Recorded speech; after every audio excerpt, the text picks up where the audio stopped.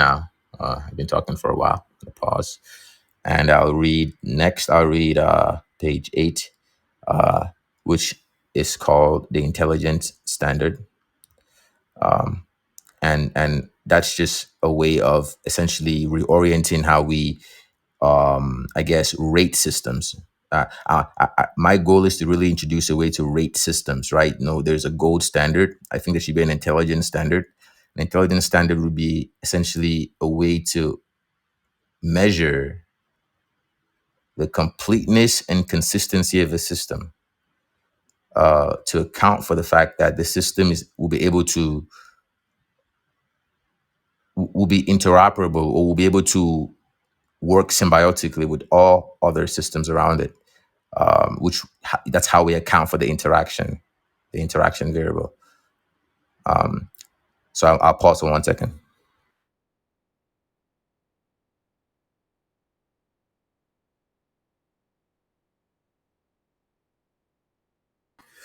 Okay, back. Okay, so the intelligence standard. So the equation presented in the publication is equivalent to the gold standard or other historical anchors, where monetary value was pegged to something with intrinsic value to avoid the perils of inflation and deflation. In essence, because the equation presented in the publication is the blueprint of nature itself, all systems pegged to this abstraction will theoretically be anchored to this Genesis block, uh, if that is, in fact, the Genesis block or the zeroth block of the universe. Um, so we will coin this the intelligence standard. And because biological systems, human systems, are also intelligent systems, this would mean that our interactions also can be fundamentally modeled or defined by this fundamental abstraction of this equation. Um, so essentially, this asset is going to be um, um, a North Star. Is going to reorient how we perceive nature itself. Um, and it defines intelligence, defines intelligence systems, and it defines intelligence interactions, um, which are the three main components to define a complete and consistent system. Um, so the next on page 9 here, I'm gonna read. Let me see. Actually, I'm going to go to page 10 because page 9 is really short. I'm going to read page 10. Page 10 is on computability. Um, so page 10 here. So computability. In 1931, Kurt Gödel published his first incompleteness theorem, and he changed logic forever. Gödel's first incompleteness theorem stated that no single formal system could completely define all mathematical truths, and that physical theories depend on mathematical theories, which are incomplete because they contain unprovable statements. So essentially what Gödel is saying here is that math itself is not going to be, mathematics itself is not going to be suitable to even measure the totality, or the totality of the universe or nature, whatever you want to call it, because math itself is discrete. Math itself is a discretized representation of something that we're trying to model, and that itself is a limitation. So if our mathematics is in itself limited, then essentially that means a lot of our knowledge systems, if not all of our knowledge systems, would also have this, incomplete aspect of it. And, Kurt Gödel called it incompleteness and inconsistency. And Alan Turing called it incomputability, essentially. And this is something that we see, we see this, we see this duality actually persist throughout all systems. If you go from, the incomplete, complete, inconsistent, imaginary, real, physical, This duality, electromagnetism, gravity, this duality persists all the way through the spine of the universe. So, maybe what Turing and Gödel were pointing to is just a fundamental boundary, and this boundary could be how we use, could be our basis for designing a generalized system to model the interaction of everything, uh, um, regardless of perspective or dimension. So that leads to the next page 11 here, where I talk about generalization. Because I believe generalization is obviously going to be key to understanding intelligence. So Gödel. So Gödel's incompleteness theorems, Turing's incomputability theorems, and Markov's normal algorithms were monumental because they pointed out an encapsulating boundary around mathematical theories, finite algorithms, and computable functions, resulting from the incompleteness and inconsistency or incomputability, if we're going to talk about, if we're going to invoke Turing here. So this paper aims to show that that algorithmic efficiency can be more completely determined by not only accounting for the complexity of the computation that the algorithm carries out, but for the algorithm itself. So what I mean by that is that, so a lot of the times we're measuring the efficiency of something, whatever it is. We're measuring the efficiency by measuring how. So as aforementioned, I talked about time complexity, space complexity. So we're optimizing just those two variables because we're trying to optimize what it's going to do. We're optimizing its computation, right? So I guess the point that I'm trying to make here is that, not only do we have to account for what computation it carries out, but the algorithm itself has to be optimal. But now the question becomes, how do we measure how do we determine that an algorithm itself is the most optimal algorithm that that exists, essentially the most fundamental algorithm? And that becomes the question, is that okay?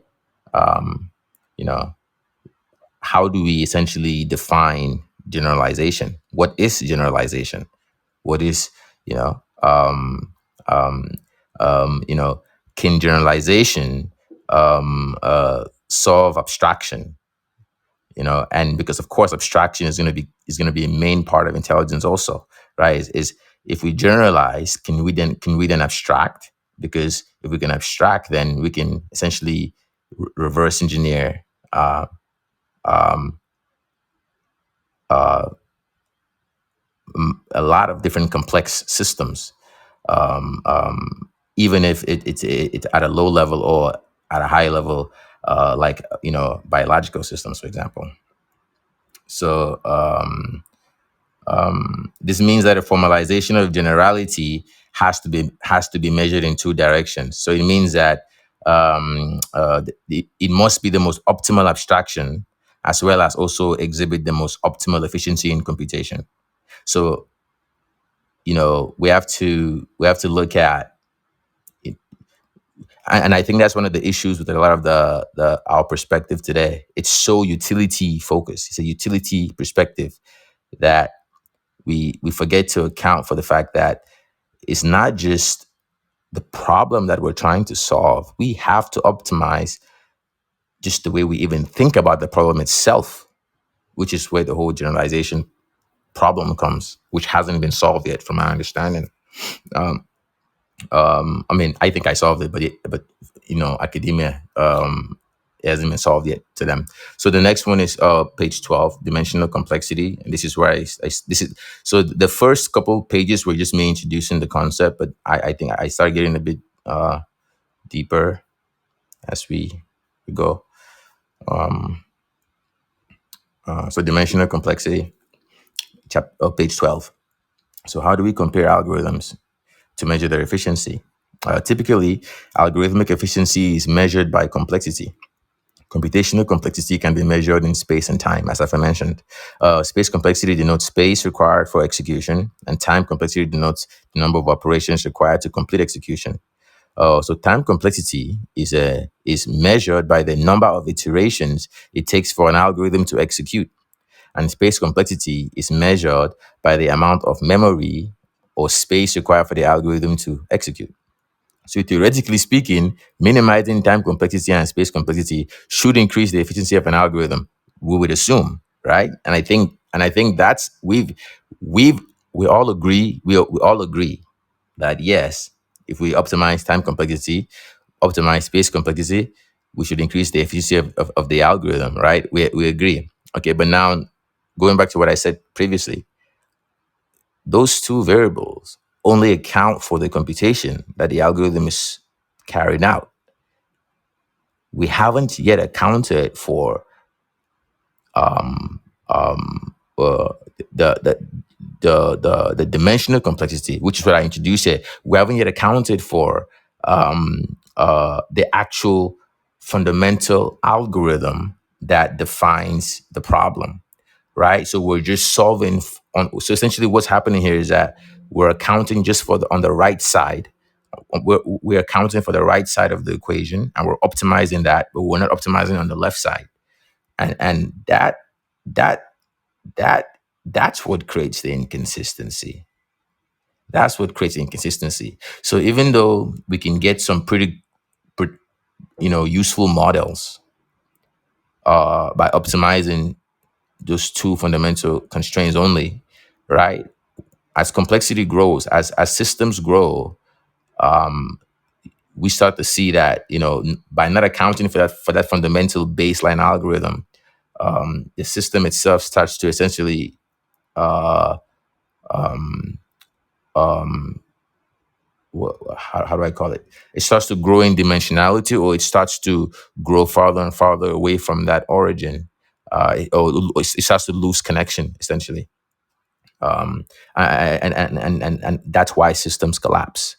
They get more and more disconnected from that original algorithm that gives the rules of how it should interact, emerge, and evolve. Um, So theoretically speaking, minimizing time complexity and space complexity should increase the efficiency of an algorithm. With this understanding, we can deduce that the optimally efficient algorithm has close to zero time complexity and zero space complexity. So, like I said earlier, if we're going to optimize space and time complexity, um, then it means that the most optimal algorithm is gonna require no time and no space. So from a theoretical perspective, even if it's not even if it's not even if it cannot be replicated experimentally, theoretically speaking, the most optimal algorithm, at least on the right side, when it comes to the computation that's going to be carried out, has to have the least amount of space complexity and time complexity, which in this case we're going to put those as zeros. So zero time complexity, zero space complexity will give you the most optimal computational the computation uh, uh, algorithm, but we haven't yet accounted for the other side of the equation, just the right side. So this means that so with this we can deduce that an optimally efficient finitary algorithm has zero time complexity and zero space complexity and an infinite dimensional complexity. Thus, finitary algorithms have dimensional complexities that are less than infinite. So what I mean by finitary algorithms is basically when the moment an algorithm is going to do a computation, the moment it's going to do a computation, the algorithm becomes a finitary algorithm. And finitary algorithms, the moment an algorithm becomes finitary, it becomes post-emergent. So it becomes post-emergent, and then its space complexity and dimensional complexity are now not going to be are not going to be zeros. They're going to be higher, right? And then the dimensional complexity is what's going to also change, because that's going to go from infinity to something that's less than infinite. So, like I said earlier, finitary algorithms are useful for solving problems, but there is no fundamental algorithm that we use to compare finitary algorithms to. So, as I've mentioned, this makes calculating the efficiency of a finitary algorithm inconsistent and complicated, because we're only accounting for one side of the calculation. We're only accounting for for the for the computation, not for the algorithm itself. So a system outlined by Kurt Gödel measures the algorithm by the completeness and consistency. And on his paper on formally undecidable propositions of Principia Mathematica, blah, blah, blah, Gödel outlines his two theorems of incompleteness and inconsistency, which I talk about here. So you can read that. This essentially means that until a complete and consistent theory is deduced to explain emergence to explain emergence, interaction, and evolution, then essentially this door that we've been trying to unlock when it comes to whether it's algorithms, or it comes to the universe, or it comes to intelligence, this door has to be first unlocked. This door has to be unlocked for us to understand, for us to be able to get a complete perspective. And this would mean understanding the emergence, which is a key topic, emergence, interaction, and evolution of systems. So essentially, if the governing rules of all algorithms are infinitary, then the hypothetical question that Gödel will ask is which algorithm is most complete and consistent? Which is how do we model the most complete and most consistent algorithm? Is the question that we have to ask ourselves here. So this paper aims to show that finitary algorithms are fundamentally incomplete and inconsistent. So this means that all the AI systems that we're building today are they're they're there is a there's a fundamental flaw. I don't want to use the word flaw. It's a has connotations to it, but there's it's not tethered. It's not tethered to this fundamental algorithm. So we're going to experience a lot of inconsistencies in the future if we're going to use those as the foundation of our civilization, which I don't think we should, of course.